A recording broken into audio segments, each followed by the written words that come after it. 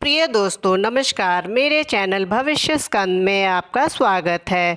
दोस्तों आज हमने दर्शकों की फरमाइश पर ये वीडियो बनाई है। कुछ लोग जानना चाहते थे कि राहु काल आखिर होता क्या है, कितनी देर का होता है और इस वक्त क्या क्या नहीं करना चाहिए। आज हम आप लोगों को राहु काल के विषय में जानकारी देंगे। भारतीय ज्योतिष में 9 ग्रह गिने जाते हैं: सूर्य, चंद्रमा, बुध, शुक्र, मंगल, गुरु, शनि, राहु और केतु। राहु का सिर नहीं होता है, जो कि 8 काले घोड़ों द्वारा खींचे जाने वाले रथ पर सवार रहते हैं। राहु सूर्य और चंद्रमा पर ग्रहण तक लगा देते हैं। राहु काल स्थान और तिथि के अनुसार अलग अलग होता है, यानी कि प्रत्येक दिन अलग अलग समय पर होता है। राहु काल का समय 1.5 घंटा होता है। यह ग्रह अशुभ फल देता है, इसीलिए इसके आधिपत्य का जो समय रहता है उस दौरान शुभ काम वर्जित माना जाता है। सूर्योदय से लेकर सूर्यास्त तक के समय में से 8वें भाग का स्वामी राहु का ही होता है। इसे ही राहु काल कहते हैं। यह हर दिन 90 मिनट तक का एक निश्चित समय होता है। राहु काल का समय किसी स्थान के सूर्योदय व वार पर निर्भर करता है। राहु को नैसर्गिक अशुभ ग्रह माना गया है। ज्योतिष शास्त्र के अनुसार राहु शुभ कामों में बाधा डालने वाला माना गया है। अतः राहु काल में किसी भी शुभ कार्य की शुरुआत नहीं करनी चाहिए। ग्रहों के गोचर के क्रम में सभी ग्रहों का अपना नियत समय होता है। प्रत्येक दिन एक निश्चित समय तक राहु काल होता है। सूर्योदय और सूर्यास्त के आधार पर अलग अलग स्थानों पर राहु काल की अवधि में अंतर होता है। राहु काल का हफ्ते के 7 दिन अलग अलग समय होता है। इस गणना में सूर्योदय का सामान्य समय 6 बजे सुबह माना जाता है और सूर्यास्त का शाम 6 बजे। इस प्रकार एक दिन 12 घंटे का होता है। 12 घंटे को 8 से विभाजित किया जाता है। इस गणना के आधार पर सूर्योदय से सूर्यास्त तक दिन का प्रत्येक भाग 1.5 घंटे का होता है। इस तरह हर दिन राहु काल आता है। गोचर में राहु के प्रभाव में जो समय होता है उस समय राहु से संबंधित कार्य किए जाएं तो उनमें सकारात्मक परिणाम प्राप्त होते हैं। इस समय राहु की शांति के लिए यज्ञ किया जाता है, लेकिन इस अवधि में अगर शुभ ग्रहों के लिए यज्ञ या उनसे संबंधित कार्य करेंगे तो राहु बाधा जरूर देगा। शुभ ग्रहों की पूजा व यज्ञ राहु काल के समय में करने पर परिणाम पूरे नहीं मिल पाते हैं। इसीलिए किसी भी काम को शुरू करने से पहले राहु काल का विचार कर लिया जाए तो अच्छे परिणाम मिलने की संभावना रहती है। अब बहुत आसान तरीके से समझने के लिए चलिए हम सूर्योदय को 6 बजे तक का मान लेते हैं। तो प्रत्येक वार के लिए राहु काल का समय इस तरह का होगा। रविवार 8वें भाग पर यानी कि शाम 4:30 से 6 बजे तक राहु काल का समय रहेगा। याद रहे हमने 6 बजे का सूर्योदय का समय एग्जाम्पल के तौर पर माना है। 15-20 मिनट आगे या पीछे भी हो सकता है। सोमवार को दिन का दूसरा भाग यानी 7:30 से 9 बजे तक का राहु काल का समय होगा।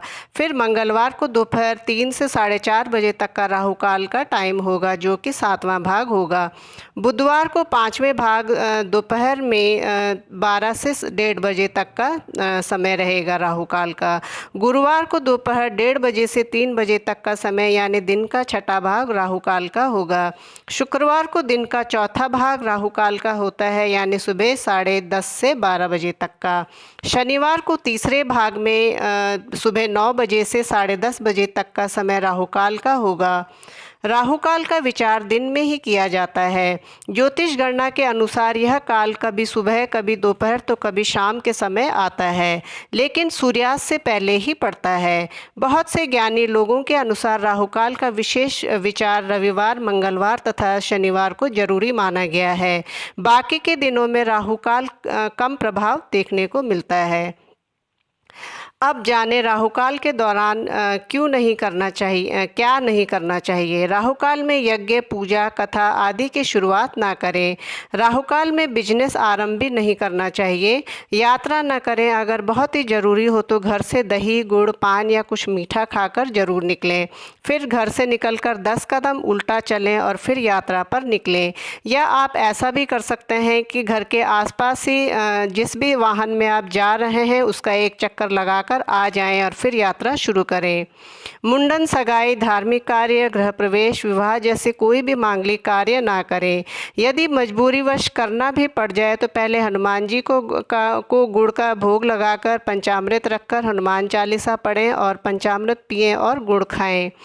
घर से बाहर जाते समय अपने दाहिने हाथ में 2 हरी इलायची लेकर श्री श्री श्री बोलकर खा लें और फिर काम आगे जाएं। लिखा पढ़ी व वही खातों का काम भी शुरू नहीं करना चाहिए। आभूषण, जमीन जायदाद, मकान, वाहन, मोबाइल, कंप्यूटर आदि कोई भी बहुमूल्य वस्तु खरीदने से बचें।